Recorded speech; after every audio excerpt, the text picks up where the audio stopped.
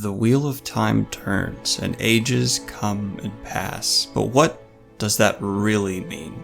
Welcome to my new series where I will be doing an in-depth dive into different fantasy worlds to see their background, history, and settings. This will be a continuing series where I will cover various worlds such as Malazan, A Song of Ice and Fire, Lightbringer, Wheel of Time, the Cosmere, and more specific worlds from the Cosmere such as the Storm, Light, Archive. But without further ado, let's start with my personal favorite, the Wheel of Time. At the moment of creation, the creator brought into this world a ever-spinning wheel that cycles through 7 ages, each age spitting out its own pattern. These patterns may unveil slight differences each time they are spun through, but they will always, hopefully, result in the same larger work being done. At the moment of creation, another entity was also brought into existence, an entity whose sole purpose was to destroy the wheel and bring the pattern ever weaving to an end. This entity is known as the Dark One. This brings us to the Wheel of Time's magic system, which can be broken down into 2 separate entities, the first being the One Power, which is drawn directly from the Creator, the other being the True Power, which is drawn directly from the Dark One. The One Power can be further broken down into 2 separate powers, known as Sayadin and Sayadar, the former being channeled by men, and the latter being channeled by females. These sources of power can be woven by channelers or people born with the spark, a rare gift from the Creator. These channelers who can weave directly from the Creator's power have these weaves broken down into 5 separate powers: earth, wind, fire, spirit, and water. And this brings us to the actual histories of the Wheel of Time, beginning with the First Age.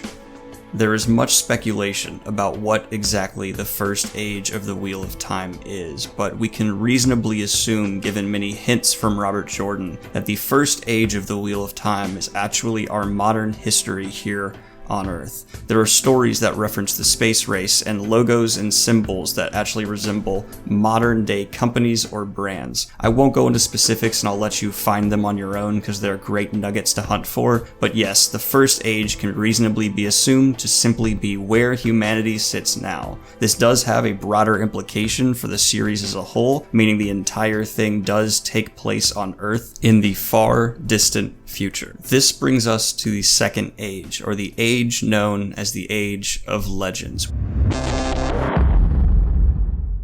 So the question must be asked, why was this time period referred to as the Age of Legends? And the answer is quite simple. As far as the spinning of the wheel is concerned, up until this point, humanity had reached its peak. Under the guidance of the Aes Sedai, or the organization of men and women who can channel learning together, humanity had reached a golden age of peace and technology.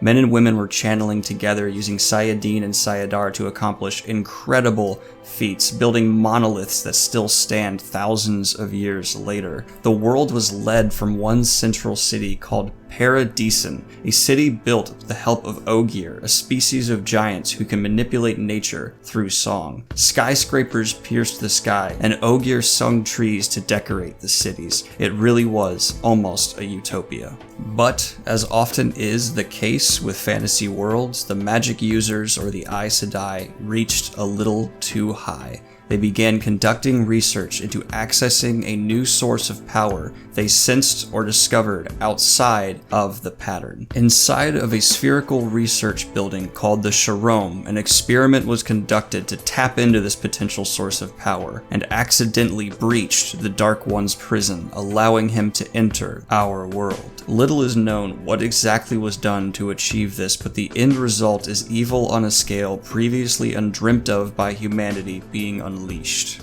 The Dark One's influence began plaguing the world and the minds of humans. For 100 years, a period known as the Collapse began to take place. Society begins to descend into utter chaos and fear. Many begin to serve the shadow either out of this fear or a desire for more power. The most powerful of these traitorous Aes Sedai became known as the 13 Forsaken, legendary servants of the shadows whose names have forever been remembered as sources of terror.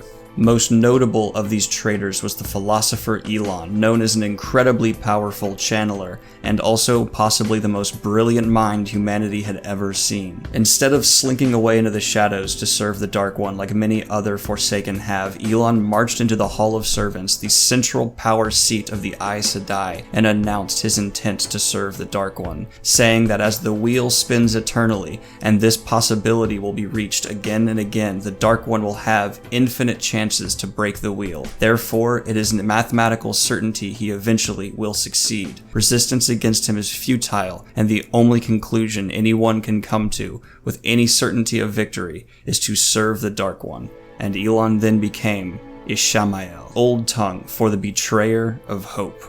Aginor, another of the Forsaken, began creating experimental creatures known as Shadow Spawn to serve the Dark One's will on Earth. Monstrosities such as Trollocs, Myrddraal, and Drakkar. By this point, the War of the Shadow had begun, a war that would claim millions of lives and reduce humanity to a shadow of its former self. Much of the physical world was utterly decimated. Many high technologies were lost as well as the Shadow targeted places of higher learning and education in an effort to destroy the Light's ability to fight back effectively. As the war raged on, a champion of the Light emerged. Luz Theron began leading the forces of the Light against the Shadow, and was given the nickname Dragon. In response to this new resurgence from the Light, the Shadow mounted an overwhelming counteroffensive that looked to break the world. In response, two plans were devised by the forces of the Light, both counteroffensive to strike at Shale Ghul, where the door to the Dark One's prison resides. The first plan involving using the Coden Cowl, an incredibly powerful magical tool, to seal off Shale Ghul from reality. The second using 7 seals to simply reseal the bore into the Dark One's prison. A consensus could not be reached, and in an odd turning of the wheel, gender lines seemed to be the deciding factor of which plan was backed, with male channelers backing Luz Theron's plan to reseal the Dark One's prison using the 7 Koendiar seals, and female channelers backing the idea of separating Shale Ghul off from reality entirely. With time slipping by, Luz Theron began his attack without the support from any female Aes Sedai. The dragon and his 100 companions launched an attack on Shale Ghul. Luz Theron's plan seemed to be a massive success, as the Dark One's prison was not only built, but all 13 of the Forsaken were trapped within. However, just as victory seemed to be total, the Dark One lashed out from his flawed prison and tainted the male half of the One Power, forever driving any man who could channel completely insane. This fouling of the male half of the One Power became known as the Taint. A new wave of chaos swept the world as the tens of thousands of male channelers began to go insane, causing nuclear-scale destruction. Earth itself nearly broke as entire continents began to shift. This time period became known as the Breaking. This brings us to the fall of Luz Theron Telamon, and how he became known as the Kinslayer, the death of the dragon. Driven insane by the taint on the male half of the source, Luz Theron murdered his entire family. Elon, now known as Ishamael, seems to have already escaped the flawed Dark One's prison and finds the dragon in a complete state of insanity. Elon heals the dragon's insanity and shows him what he has done. It is unknown if he did this out of cruelty or some twisted form of sympathy, but upon seeing the atrocities he had committed, Luz Theron committed suicide, and in the process of unleashing a massive amount of power, created the largest peak in the world, known as Dragon Mount. For hundreds of years, male channelers ravished the world, sealing their image as monsters that need to be culled in the eyes of the common folk. During this time, an Aes Sedai named Deirdre begins having visions of the future, seeing the dragon will be reborn to fight the Dark One once again, bringing a new War of the Shadow in the future. The prophecies of the dragon are being written. While the world continues to shatter, the Ogier arguably suffer the most. Dependent on their steadings for life force which sustains them, they now wander looking for their lost homes. Thousands die before these steading are found, and their population never fully recovers. A group of pacifists, known as the Dashain Aiel, are given a task by the female Aes Sedai that remain to guard their objects of power. The female Aes Sedai are too busy trying to hunt down and kill or gentle, meaning cutting off from the power, men who can channel, to properly watch over these dangerous objects, as their entire order is in shambles. The breaking finally ends when the last wild male channeler is tracked down and gentled by a female Aes Sedai, and the world can finally begin to rebuild.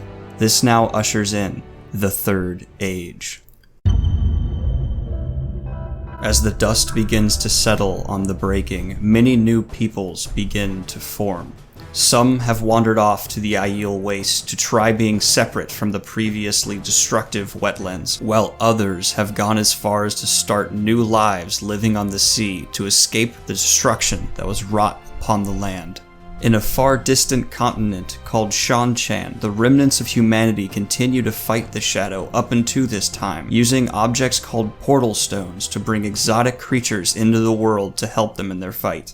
But in the heart of where all of these battles were once fought, the Westlands, kingdoms begin to form as humanity begins to stand on its feet once again. Possibly the greatest sign of hope yet is the Aes Sedai begin to reform and build on an island called Tar Valon, their tower, which shall be a beacon of hope for humanity. Though during this time, the Shadow's remaining forces did not remain dormant. A massive army of Trollocs emerged from the Blight and began an aggressive attack on the newly forming nations. The Trolloc Wars had begun. The Light's largest loss during the Trolloc Wars was a city called Manetheren. It was utterly destroyed, but in the dying moments of the city, the Queen, who was an Aes Sedai herself, unleashed a torrent of fire on the remaining Shadow's forces so large that they never fully recovered.